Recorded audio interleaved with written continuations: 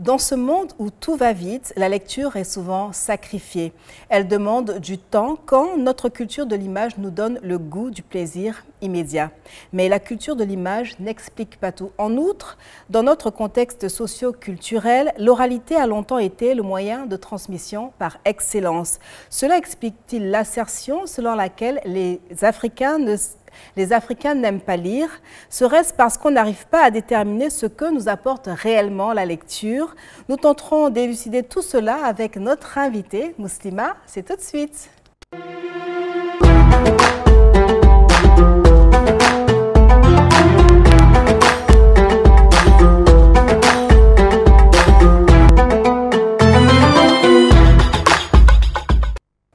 Assalamu alaikum wa rahmatullahi ta'ala wa barakatuh. Bienvenue dans ce nouveau numéro de Muslima, le magazine de la femme musulmane sur la télévision albayenne. Vous nous recevez sur le numéro 193 du bouquet Canal+, au numéro 793 du bouquet Starta, mais aussi sur nos différentes pages Facebook. Nous sommes ensemble, Inch'Allah, pour 50 minutes d'émission et je suis aujourd'hui avec Jenny Sibi. Salam alaikum. Wa alaikum salam wa rahmatullah. Madame Dané, comment ça va? Ça va super bien. Alors, vraiment, aujourd'hui, c'est un autre style que l'on découvre avec toi. Oui, effectivement. Mais je te demande chaque fois comment s'appellent tes styles. Tu ne veux pas nous les dire. Il faut que tu donnes des noms à tes que je ne veux pas, tenues. mais c'est juste que je leur donne pas des Il noms. faudrait, parce que ce serait des marques déposées sinon. Hein? Ça va bien? Inch'Allah. Oui, ça Alors, va. avec toi aujourd'hui, ce sera l'actualité. C'est ça. Est-ce que les nouvelles sont bonnes sur la Oui, planète des les musulmans? nouvelles sont bonnes. D'accord. À côté de toi, Monjou Touré Fofana, salam alaikum. Wa alaikum salam wa barakatuh. Comment ça va? Alhamdulillah. Et aujourd'hui, on aura le portrait d'une grande dame. Oui, une princesse Poulo. Et pour coller avec le sujet du jour, c'est une femme de lettres, mais pas que, une grande stratège africaine et une femme politique du 19e siècle. Restez connectés pour avoir toute l'essence de cette histoire. Machallah. Une femme poulo, c'est-à-dire une femme peul. Peut-être que c'est une de Exactement. mes grand-mères, on ne sait pas, Tout une de à mes fait, arrière-grand-mères. Et aujourd'hui, nous recevons avec un immense bonheur Mawa Bakayoko, Mawa S. Bakayoko, écrivaine, mais on va dire aujourd'hui aussi ambassadrice, n'est-ce pas, de l'UNESCO pour la culture de la paix. Salam alaikum. Wa alaikum salam. Bienvenue sur notre plateau. Merci de me recevoir. On va vous appeler comment maintenant? Adja, Excellence, Madame l'ambassadrice. Ben, je laisse la latitude à tout un chacun de choisir ce qui lui conviendrait. D'accord. Je suis ouverte à tout. On vous connaît surtout comme une grande femme de lettres. Et aujourd'hui, avec vous, justement, on va savoir ce que nous apporte réellement la lecture. Parce que je l'ai dit dans l'introduction, beaucoup de personnes se demandent, mais qu'est-ce qu'on trouve dans les livres même, hein, voilà. Qu'est-ce qu'ils ont à lire même? Pourquoi ils nous demandent de lire et tout ça? Avec vous, on verra que la lecture apporte beaucoup de choses, Inch'Allah. Et vous en êtes l'exemple palpable et Oui. vivant. Avant donc de passer la parole à notre invité pour justement développer ce thème que nous apporte la lecture, nous allons prendre les nouvelles avec Jenny Sibi.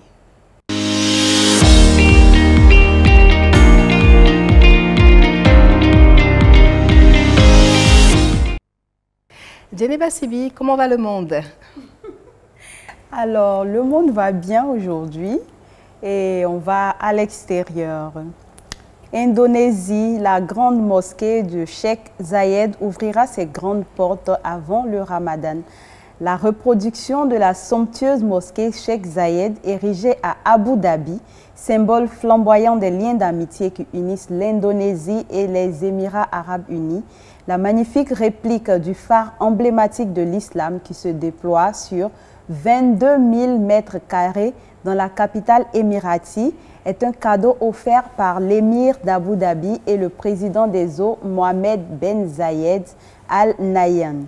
Selon les responsables indonésiens du ministère religieux, la grande mosquée Cheikh Zayed, qui se dresse fièrement dans le paysage urbain de la ville de Solo, s'apprête à ouvrir ses portes à plus de 14 000 fidèles et visiteurs. Ce grand événement qui met déjà en ébullition l'île de Java en Indonésie devrait avoir lieu avant le Ramadan 2023. Alors, on part en Suisse en deuxième information du jour. Le conseil municipal de Genève autorise le burkini dans les piscines de la ville au nom de l'inclusivité.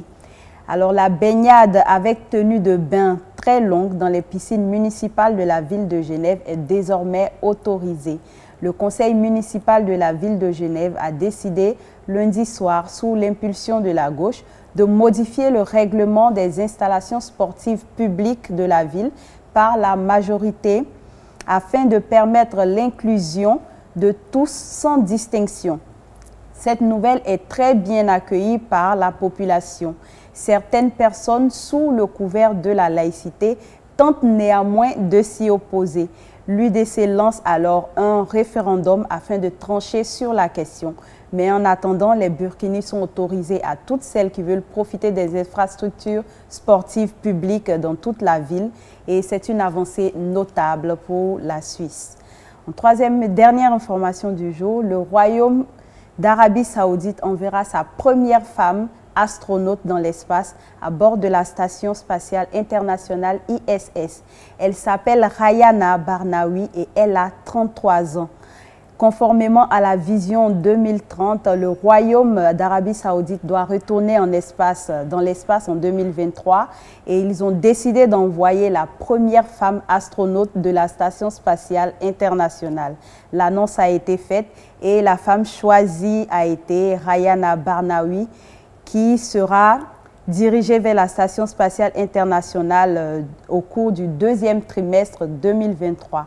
Cela vise à renforcer les capacités nationales en matière de vols spatiaux au service de l'humanité et à bénéficier des opportunités prometteuses offertes par l'industrie spatiale, ainsi qu'à contribuer à la recherche scientifique dans de nombreux aspects tels que la santé, la durabilité et la technologie spatiale. Ce sont deux astronautes, Rayana et Ali Al-Karni, qui rejoindront l'équipage de la mission spatiale AX-2. Alors on dit félicitations à Rayana pour être la première astronaute de l'Arabie Saoudite à aller dans l'espace cette année et elle n'a que 33 ans. Et en plus, elle porte le voile, donc on lui dit félicitations. Et voilà, elle sera cette figure-là qui va, comment dire ça, booster nos petites sœurs pour toutes celles qui veulent devenir astronautes et qui, voilà, un jour aussi pourront aller dans l'espace, Inch'Allah. C'est tout pour aujourd'hui. Merci beaucoup, Jenny. Tu nous as mis les étoiles pleines à vue avec toutes ces nouvelles. On ira sur la Lune avec Rayana, on ira se baigner en Suisse et puis on ira prier en Indonésie dans la nouvelle mosquée. Inch'Allah, merci beaucoup.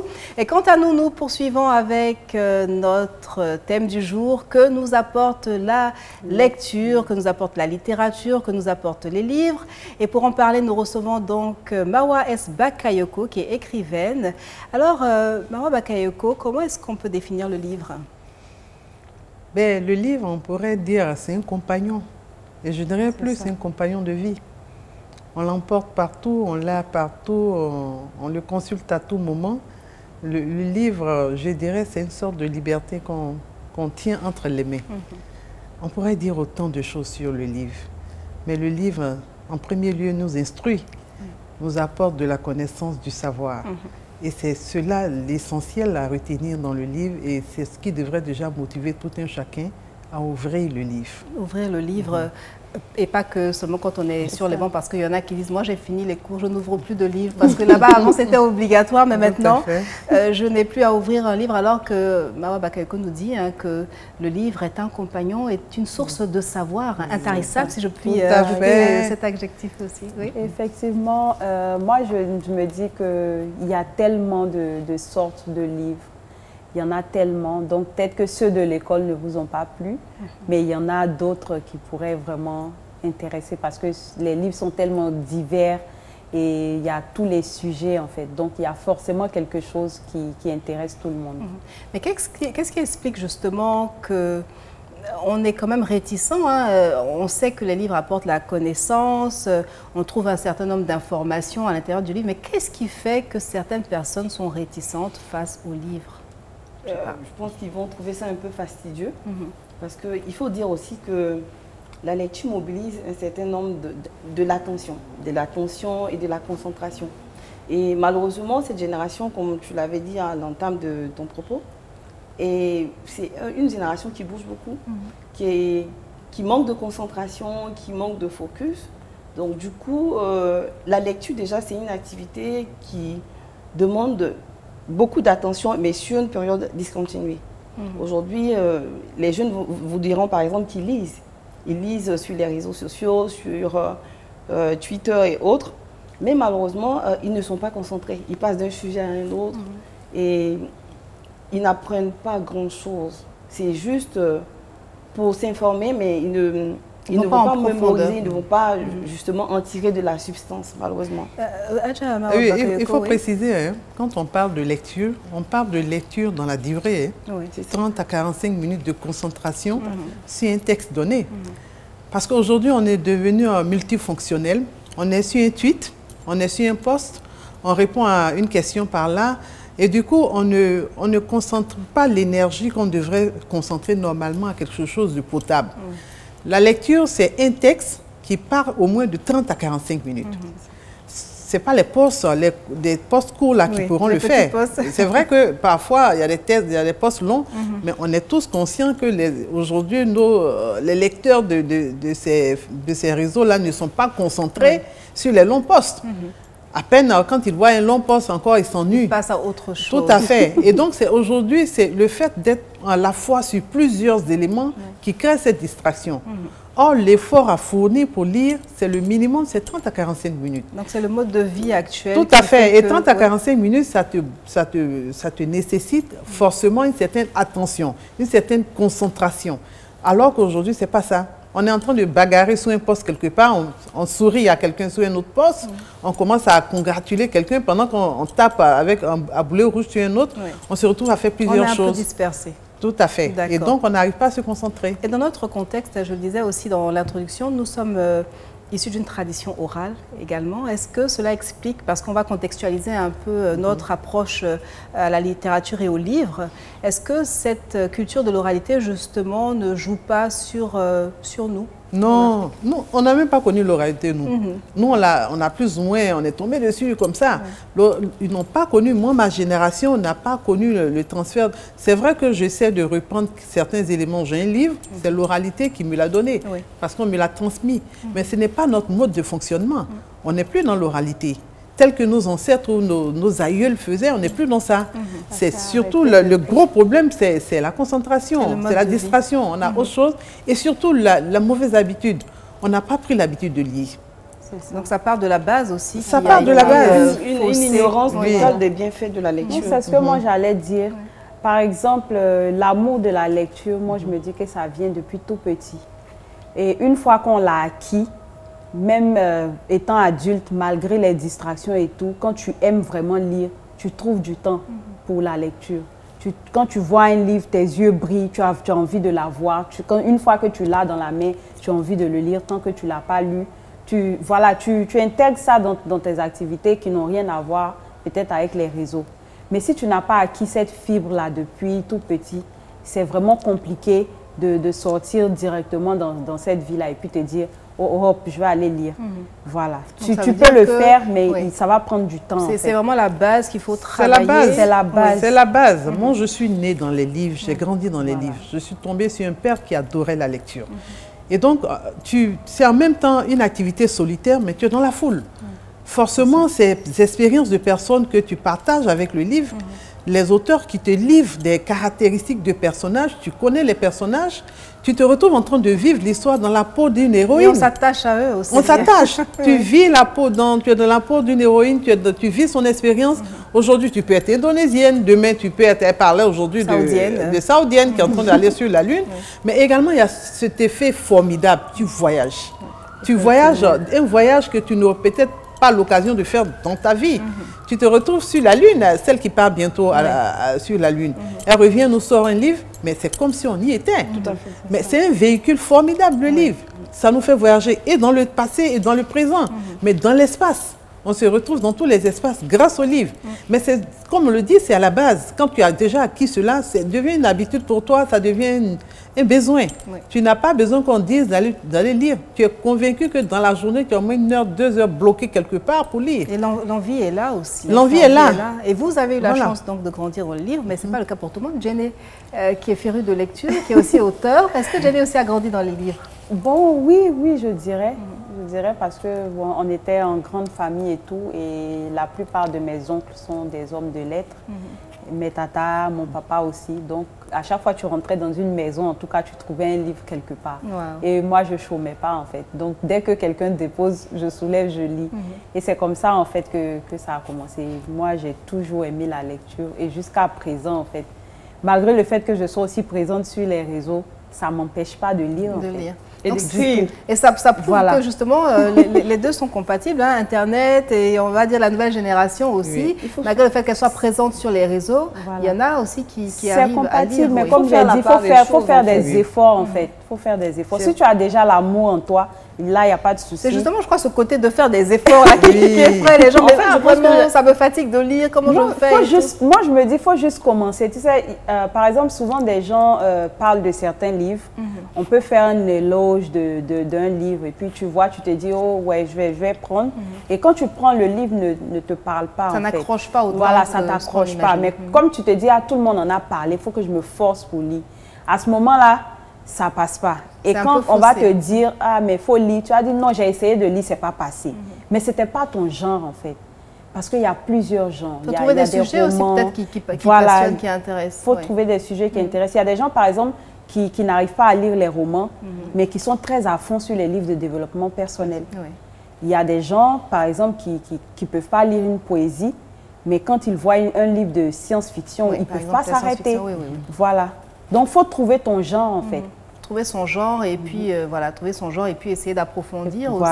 Essayer tout. Avec les enfants, je crois que c'est la même chose, hein, parce que souvent on a des parents qui ont tendance peut-être, je dirais, peut-être à forcer ou à essayer d'emmener leurs enfants à lire.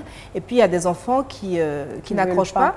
Et quand vous laissez ces enfants-là eux-mêmes aller vers des titres, ils vont vous sortir un livre qu'ils vont lire, mais juste que parce qu'on ne les a pas associés justement au choix, du livre qu'on leur a proposé ou qu'on leur a imposé. Du coup, ils se rebutent un peu, ils sont un peu réfractaires.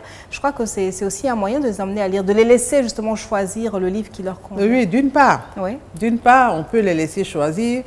Pour revenir un peu sur les genres de lecture, mais c'est à chacun de prendre le pouls de ce qui lui convient. Oui. On a tellement la panoplie est énorme. Tu n'es pas roman, tu seras peut-être en nouvelle. Il y a forcément quelque chose qui pourrait être... Voilà, il y a quelque chose forcément qui pourrait t'intéresser. Maintenant, quant aux parents à forcer les enfants à lire, mais est-ce qu'eux-mêmes, ils sont des modèles de lecteurs? Quelle image ils montrent aux enfants? Je l'ai dit, moi, je suis née dans les livres, parce que j'ai vu mon père le faire. Je le voyais lire. Et du coup, on imite. Imaginez le soir, en rentrant, vous rentrez avec de la lecture. Vous n'avez pas besoin de forcer l'enfant parce qu'il vous verra lire. Oui. Il verra votre chevet, il y a forcément un livre. Ce sera la dernière chose que vous allez regarder avant de vous endormir. Et vous le faites avec lui. Au départ, avec ma fille, ça a été pareil. Tous les soirs, il y avait de la lecture. On le lisait à deux. À l'époque, on parle d'oralité là. Oui. À l'époque, il y avait quoi? C'était des séances de contes. Les soirs au coucher. Moi, je me rappelle bien, quand je suis encore toute petite, il y a une cousine qui venait. Et puis souvent, les soirs avant de dormir, elle nous faisait cette séance-là. Mais on peut renouveler cela, mais avec un livre en main. Oui. Alors pourquoi ne pas refaire? Les enfants, ce n'est pas les oreilles, hein, c'est ce qu'ils voient. Oui, tout à fait. C'est à nous de créer, je dirais, l'occasion pour eux de voir chaque soir, avant de dormir, on est fatigué, on ne peut plus rien faire. Faites de bons exemples. Tout à fait. On ne peut pas les obliger à faire quelque chose parce qu'ils ne trouvent pas, je dirais, la positivité dedans, parce que vous n'en faites pas vous-même. Effectivement. Si vous le faites, difficile, c'est un peu du genre, faites ce que je dis, mais ne faites pas ce que je fais. Donc il faut lire, mais moi je ne vais pas lire. On ne le fait pas. On me dit aujourd'hui, les enfants, les parents, quand ils viennent à mes dédicaces, les enfants n'aiment pas lire. Qu'est-ce qu'on peut faire? Je dis, mais commencez par vous-même. Est-ce que vous aimez? Non, moi quand je suis fatiguée. Et puis en plus, je ne lis que les livres qui concernent mon domaine de compétences. Donc du coup, ils ne sortent pas.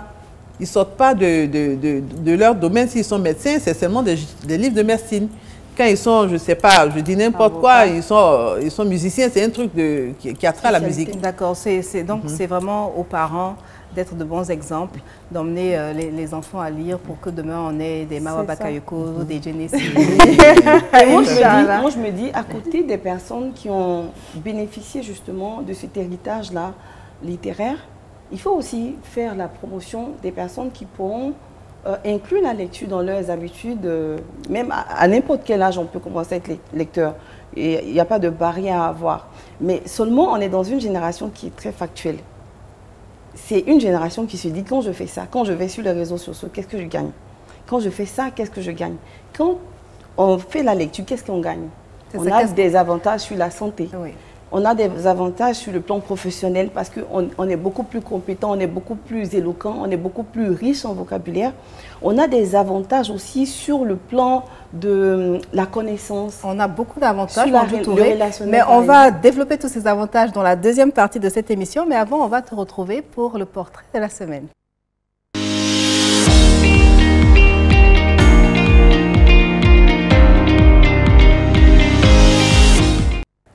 Alors, elle nous parle d'une héroïne Peul, c'est ça? Parce que quand tu dis Poula, tout le monde ne comprend pas forcément. Oui, c'est ça. Alors, aujourd'hui, nous mettons en lumière une princesse, une poétesse, enseignante, savante, diplomate et femme politique africaine du 19e siècle. Des projets héroïques aux exploits retentissants, elle brise les codes et force l'admiration en faisant de l'indépendance et l'éducation des femmes ses combats. Cette figure de pro de l'islam en Afrique est Nana Asma'u, fille du Sékou Ousmane Danfodio, fondateur de l'empire du Sokoto dans l'actuel Nigeria. Voyons ensemble plusieurs dimensions de sa personne. Première dimension, naissance d'une savante. Vers 1793, à Dégel, un petit village à une quarantaine de kilomètres au nord-ouest de Sokoto, l'actuel nord-ouest du Nigeria, le Sékou Ousmane Danfodio vit naître ses jumeaux. Le nommé Hassan sera dirigeant du futur califat de Sokoto et l'autre nommé non pas Husseina comme le veut la tradition, mais Asma'u, en hommage à la fille du célèbre compagnon du prophète alayhi salam, Abou Bakr Siddiq. Nana Asma'u bénéficie d'une excellente éducation islamique à travers l'étude du Coran et de la Sunna du prophète alayhi salam. Poussée par sa famille, elle approfondit ses études des textes philosophiques religieux relatifs à la prière, au mysticisme, au droit et au dogme islamique, ce qui forme progressivement et profondément sa vision du monde. Deuxième dimension, une éminente savante. Influencée par la poésie arabe traditionnelle, elle rédige tout au long de sa vie une soixantaine d'ouvrages traitant d'histoire, de droit, de mysticisme, de théologie et de politique. Quadrilingue, Asma'u maîtrise l'arabe, le peul, le haoussa et le touareg. Alors, ses écrits historiques, poèmes lyriques, lamentations sont une source d'inspiration et d'information incroyable pour ses contemporains et pour les siècles suivants. Elle y revendique les droits des femmes dans la communauté musulmane et manifeste pour le rôle des femmes dans le gouvernement. Enseignante aussi bien auprès des hommes et des femmes, musulmans et non musulmans, Nana Asma'u acquiert une solide reconnaissance auprès des savants de l'Afrique de l'Ouest. Plusieurs universités portent d'ailleurs son nom. Troisième dimension, une stratège et conseillère, une femme politique audacieuse. Nana Asma'u grandit dans le contexte du djihad de Sokoto, Guerre-Sainte, aussi perçu comme un mouvement culturel et religieux révolutionnaire, mené par son père Ousmane Danfodio. C'est donc en témoin direct et fine analyse qu'elle rédige un corpus impressionnant de poésie, composé de récits historiques, élégies, exhortations, devenues de véritables sources historiques. Stratège, elle devient alors conseillère politique de son frère, dirigeant du califat, écrit des instructions au gouverneur ou encore débat avec d'autres savants étrangers. Son sens de la diplomatie politique fait d'elle une experte de la médiation des conflits politiques. Quatrième dimension, une action pour la sororité.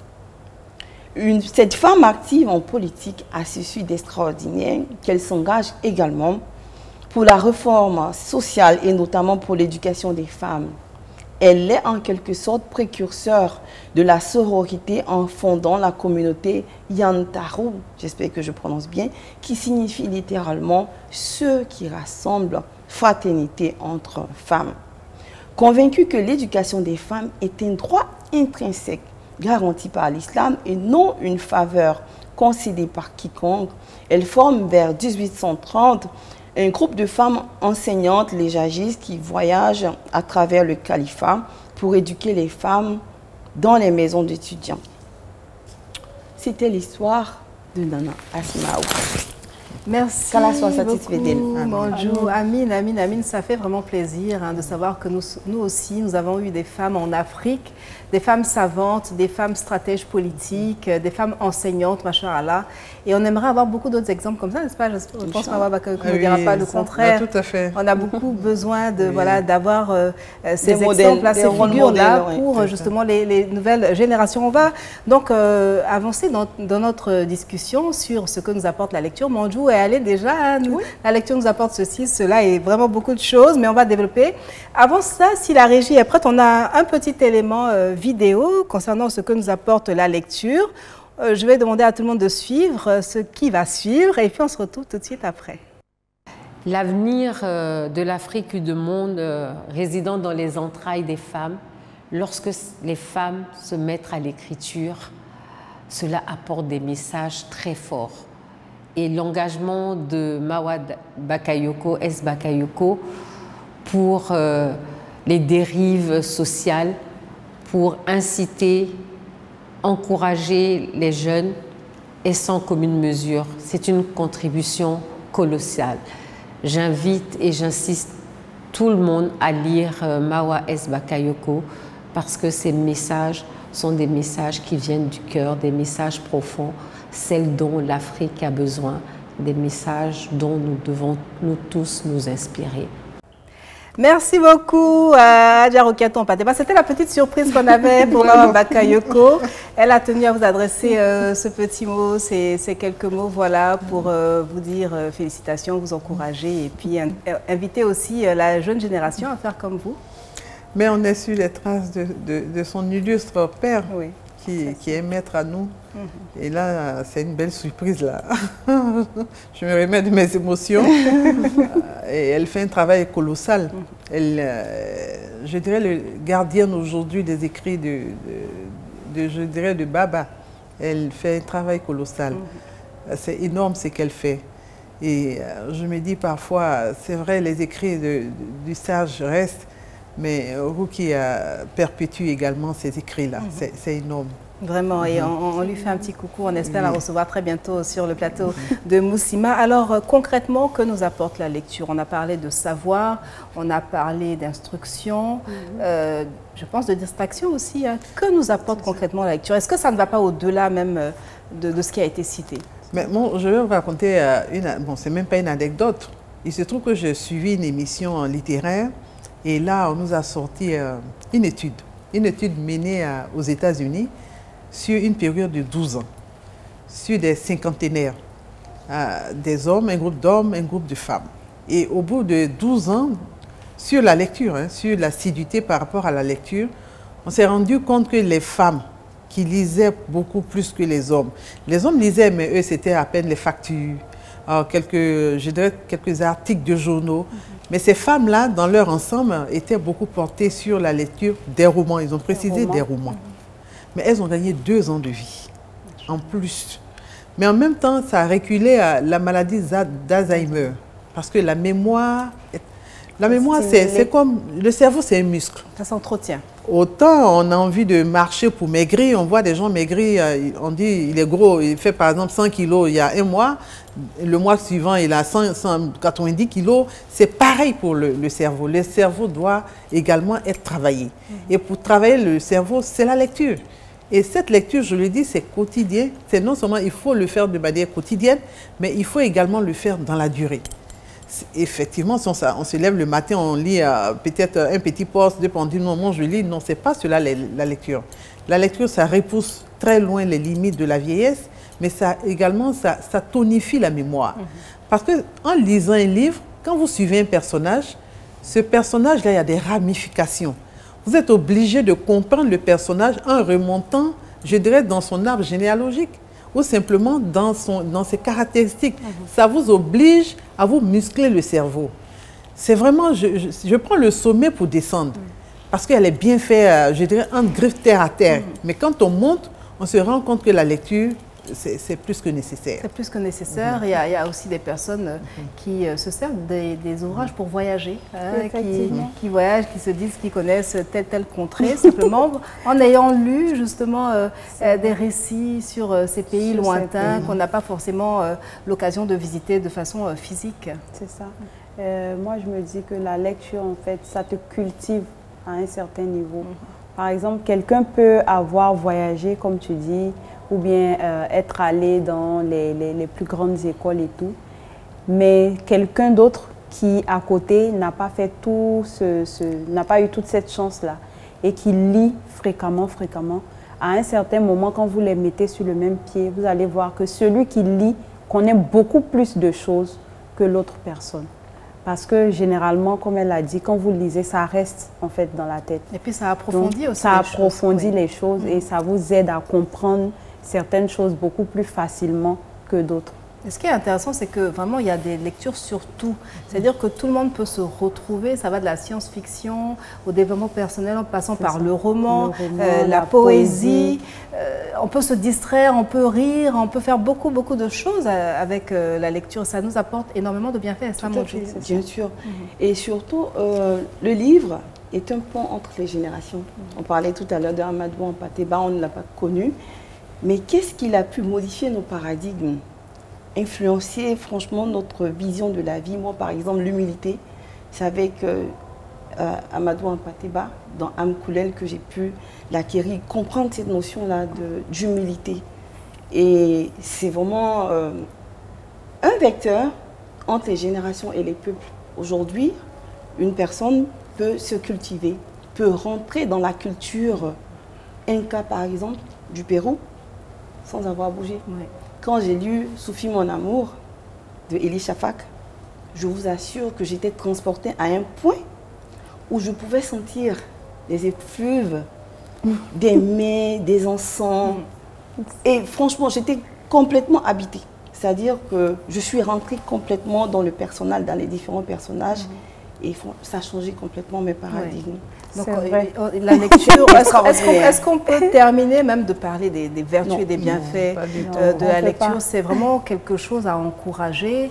Et on a aussi ce qu'on appelle des clubs de lecture. Hein. Ça, c'est pour des personnes justement qui cherchent comment s'y mettre. On a des clubs de lecture où voilà, on donne un livre que chacun doit lire et puis on se retrouve souvent autour d'un repas, n'est-ce pas, Jenny? C'est pas Jenny qui dira le contraire. Effectivement.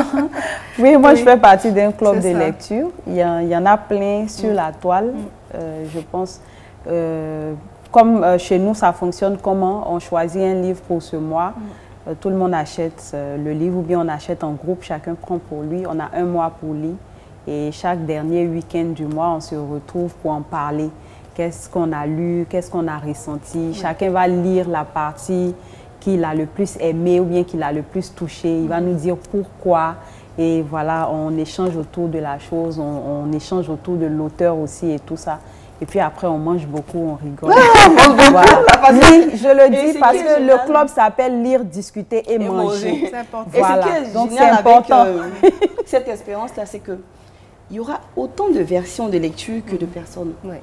C'est ça. Chacun va venir avec sa personnalité. Avec sa personnalité. Et c'est vraiment quelque chose de génial. C'est un partage qui n'a pas de prix. Justement, voici un autre des avantages parce qu'on parlait donc justement des bienfaits de la lecture. C'est aussi se retrouver, même si à l'entame, en tout cas dans une partie de votre propos, vous avez dit que c'était une activité solitaire, mais c'est une activité qui peut aussi se partager dans un groupe de lecture, comme même dans le couple ou même en famille avec les enfants. On peut aussi utiliser la lecture comme moyen de rapprochement au lieu de se mettre tous les soirs devant la télévision. Hein, on peut aussi utiliser le livre justement pour renforcer les liens de la famille. Ah oui, pourquoi pas? C'est ce que je disais. Je dis le soir au coucher, on se retrouve dans la chambre des enfants, on lit quelque chose. Et c'est la dernière image que les enfants ont en dormant. Et ça cultive. Mais je veux revenir sur ces clubs de lecture. Vous savez, avant les sociétés savantes, on se retrouvait parfois dans le siècle des Lumières, il y avait ces salons de réflexion. Et donc, le fait d'avoir aujourd'hui plusieurs clubs de lecture, c'est des éléments assez importants, c'est des baromètres pour dire que la société s'ouvre à la réflexion. Parce que plus on ouvre les livres, plus on grimpe on grimpe dans la réflexion et ça nous épargne de beaucoup de mots. C'est important. Aujourd'hui, je vois les gens qui veulent absolument bien parler, on est toujours en train de courir derrière des coachs de développement personnel pour pouvoir bien parler, mais on peut être soi-même son coach de développement personnel. Parce que plus tu ouvres le livre, tu deviens très éloquent. Oui, tout à fait. Tu as autant de vocabulaire que de livres lus, mais surtout tu es cohérent dans ce que tu dis. Du coup, quand on choisit des gens, même en promotion dans ta boîte, les gens seront prompts à te prendre. Parce que tu es assez posé dans tes dires et puis tu as de la suite dans les idées. Et si on veut vraiment avancer plus vite, il faut l'ouvrir, il faut ouvrir les livres. Entre deux élèves de la même classe, entre celui qui lit et celui qui ne lit pas, mais automatiquement, la première question, la maîtresse déjà se fait une idée. Oui. Elle sait que cet enfant-là, il a de la suite dans les idées. Il sait choisir ses mots. Parce que tout simplement, il a un compagnon avec lui, son livre. Son livre, oui. Et ça, c'est cela. Et ce livre, il y a des livres en famille, on peut le lire en famille, mais également, le plaisir solitaire, ça ne s'explique pas. Ça ne s'explique pas, on finit de le lire et puis quitte après en discuter en famille. C'est vrai. Moi, j'ai une œuvre, par exemple, souvent on me dit, je vais lire ce livre-là, je vais le lire pour mon ado, je vais le donner à mon ado. Je dis non, bizarrement, ce livre, sur le jour d'un dangadé, on le lit en famille, parce qu'il y a la part de la mère et du père, mais il y a la part de l'ado. Et à l'issue de la lecture, vous faites une discussion, vous en parlez. Chacun tire le leçon et ça enrichit le vocabulaire, ça enrichit le domaine de discussion dans la famille. La connaissance aussi. Dans la famille, on discute et souvent quand on rentre dans des familles, on trouve que le niveau de langue est élevé dans certaines familles. Mais c'est ça le secret. C'est la lecture en commun. Oui, il y a des éléments essentiels qu'on échange avec les enfants. Que ce soit à table, que ce soit après la prière, on se retrouve. Forcément, une séance de prière après fac, là, l'esprit est clair, chacun donne son point de vue, mais quand on se lève de ça, mon repas est requinqué pour la vie. D'accord. En tout cas, il y a tellement de bienfaits à la lecture qu'on ne pourra pas les citer tous en une émission. Mais vous, chez vous, vous pouvez, Inch'Allah, déjà vous mettre à la lecture si ce n'est pas le cas. On va poursuivre avec cette émission et puis aborder cette fois-ci un aspect on va dire, de la tournée de Mawa Bakayoko. Mawa Bakayoko est une itinérante du livre. Absolument. Voilà. Et récemment, vous étiez donc en tournée. Je crois que c'était dans le centre dans la région des Lacs. La région des Lacs. Et on va voir quelques images que vous allez donc nous commenter. Mais aujourd'hui, pour passer d'une classe à une autre, on dit d'avoir des diplômes, d'avoir un bac plus 2, d'avoir un bac plus 10. C'est ça le passage générationnel. On n'existe plus. Mais ma mère tenait à nous expliquer parce que pour elle, à cette époque, elle croyait à l'excellence. Je suis romancière, je suis blogueuse. Je suis chroniqueuse. J'ai commencé à écrire il y a 11 ans. J'ai commencé à écrire quand j'ai accompagné mon mari dans ses fonctions à l'étranger. Mon mari s'est retrouvé diplomate en Arabie Saoudite. Alors quand on est arrivé en Arabie Saoudite, je n'étais pas encore écrivaine. En partant en Arabie Saoudite, j'étais enceinte de ma fille. On essaie de comprendre les problèmes qui minent l'Afrique. Et on se met à écrire.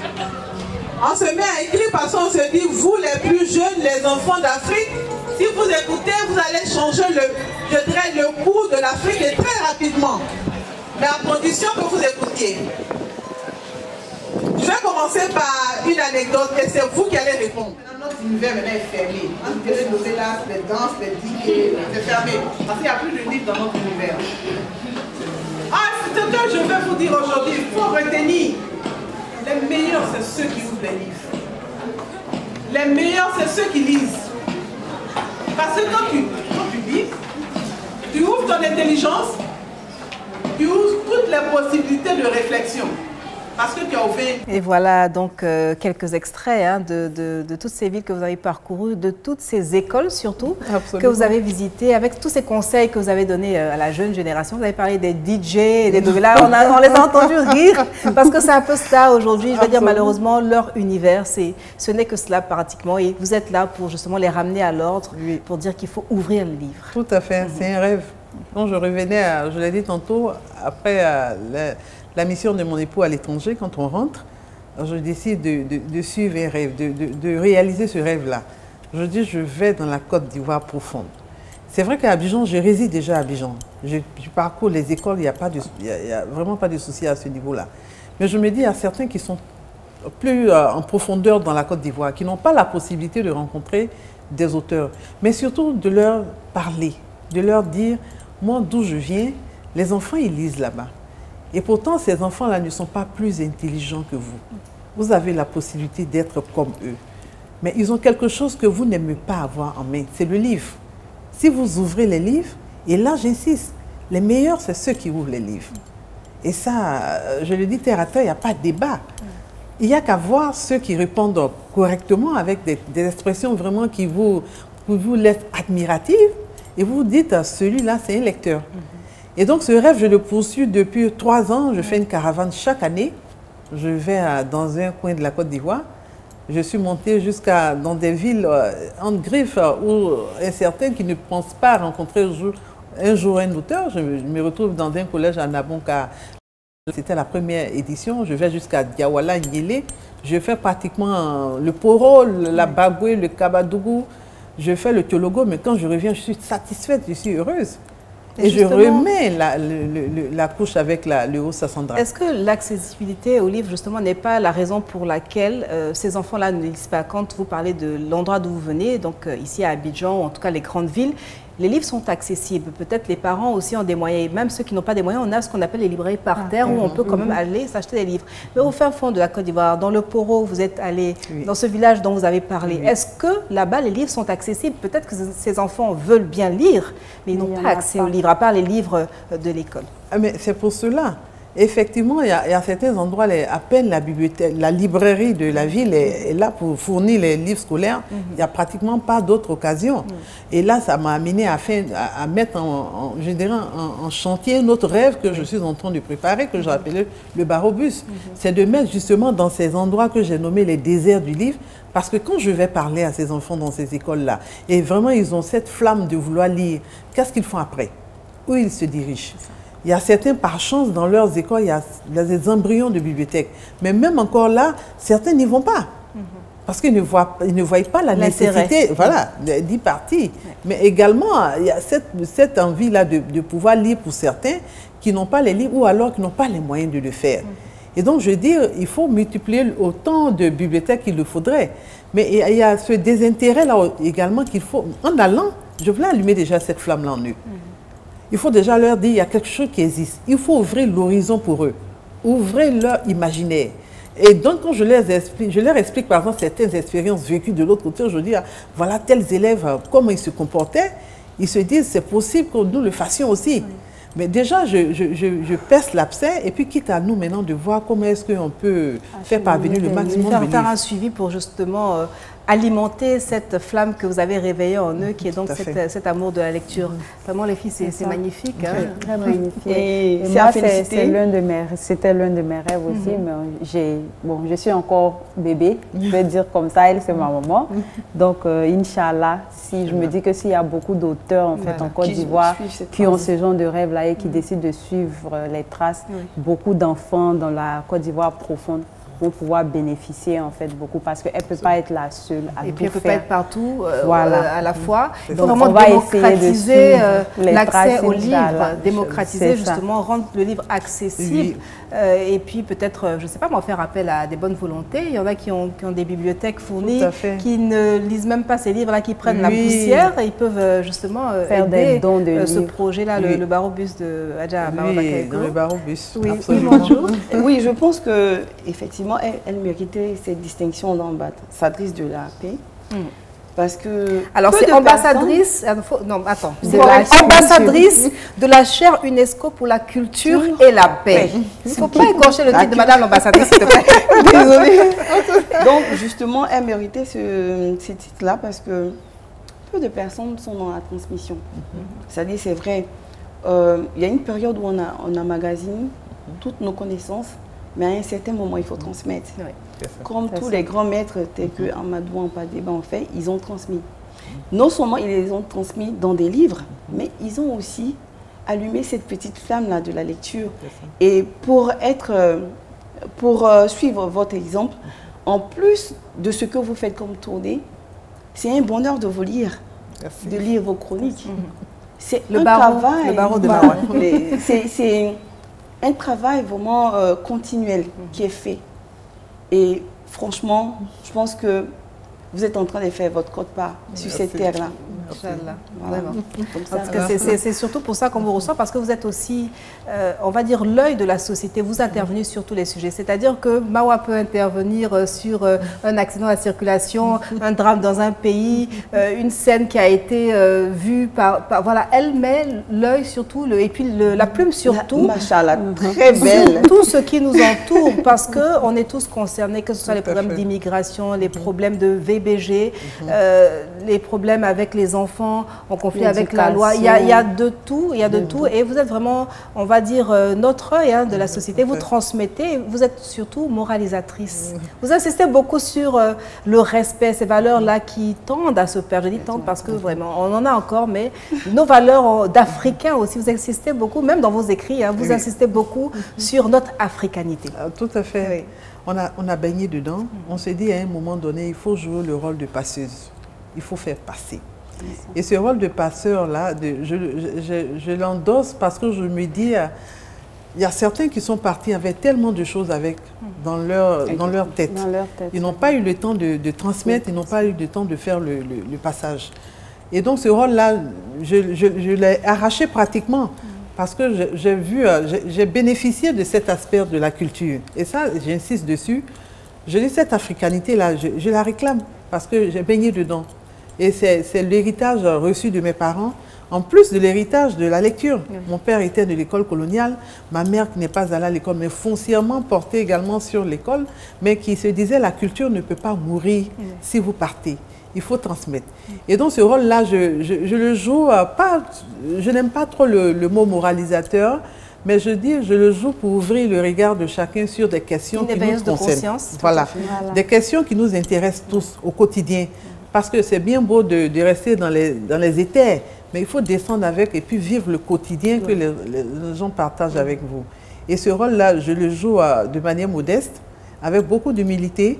Et je remercie pour cela la chaire de l'UNESCO qui a vu à travers mes tournées, je dirais, cet intérêt-là qui apporte, je dirais, un bien-être à toute la société. Oui. Parce qu'il faut se poser la question de savoir qu'est-ce que je fais pour la société, pas ce que la société me doit. Et je dis aux enfants, quand je vais dans les écoles, je dis, mais vous avez le devoir de transmettre. Vous avez le devoir de partager ce que vous avez reçu. Parce que ne vous dites pas, il y a certains qui me disent, ah, mais on me dit de ne pas aller à l'immigration, qu'est-ce qu'on a fait pour me donner? L'État t'a formé, tes parents t'ont donné une instruction. Alors tu vas jeter ça dans la mer, qu'est-ce que tu fais en retour? Et je le répète, à ceux qu'on a donné beaucoup, il faut donner beaucoup. D'accord. C'est la loi de la nature. Vraiment, on pourrait en parler, comme je l'ai dit, vraiment des heures et des heures, mais rapidement, quel conseil à donner aux personnes qui sont encore un peu réticentes, malgré tout ce qu'on a dit, comment susciter cet amour de la lecture-là aux personnes adultes? Les enfants, on en a un peu parlé, mais voilà, pour des personnes qui nous regardent, comment les amener à lire et à aimer cela? La lecture, d'abord, il faut leur dire que la lecture, ça rend meilleur. Ça, il n'y a même pas de débat. Il suffit de faites l'expérience sur 6 mois. Moi, je fais des challenges dans certaines écoles, je fais le challenge des 12. J'ai dit aux enfants, imaginez que vous lisez un livre par mois. Au bout d'une année, ça fait 12 livres. Si vous avez 10 ans cette année, dans 10 ans, vous avez 20 ans, mais vous avez 120 livres dans la tête. 120 livres là, on vous taxera de connaisseurs, mais de savants, parce que vous aurez l'expérience de tous ces héros et ces personnages de ces livres-là. Mais imaginez, vous avez tout ça en vous, mais personne ne peut vous détourner de votre chemin. Vous serez des êtres de conviction, vous pourrez défendre vos positions. Et ça, c'est important. Maintenant, l'essentiel, c'est d'avoir un livre de chevet. Et ça, c'est vraiment ma grande leçon. Il faut avoir ce livre de chevet. Le soir en dormant, le dernier élément qu'on a l'habitude de prendre, c'est un portable. On regarde la dernière notification, le dernier SMS. Alors, imaginez qu'on se dit, moi, je me donne un challenge, je lis 2 à 3 pages avant de dormir. Ça, c'est mon challenge à moi. Si la trame est intéressante, Mais au bout d'une année, là, on ne va plus vous attraper. Écoutez, on espère vraiment qu'on aura suscité, ne serait-ce que chez quelques personnes, l'intérêt pour la lecture. La lecture est bénéfique. Et puis pour nous musulmans, la lecture s'impose à nous. Nous devons donc lire notre Coran au moins tous les jours. Et c'est même le premier verset qui a été révélé, c'est Iqra, lis. Donc cette lecture-là s'impose à nous en tant que musulmans. Merci infiniment, Mawa Bakayoko, d'avoir été des nôtres. Madame l'ambassadrice de la chaire UNESCO pour la culture et la paix. Merci beaucoup d'avoir été sur ce plateau. Merci à Geneva Sibi pour les nouvelles très intéressantes. Merci à Monjo Touré pour ce portrait de Nana Asmaou qui nous vient donc du Nigeria. Merci à vous de nous avoir suivis. Merci à Hijab Tour pour la magnifique tenue. On va se retrouver, Inch'Allah, vendredi prochain pour un autre numéro. Wassalamu alaikum.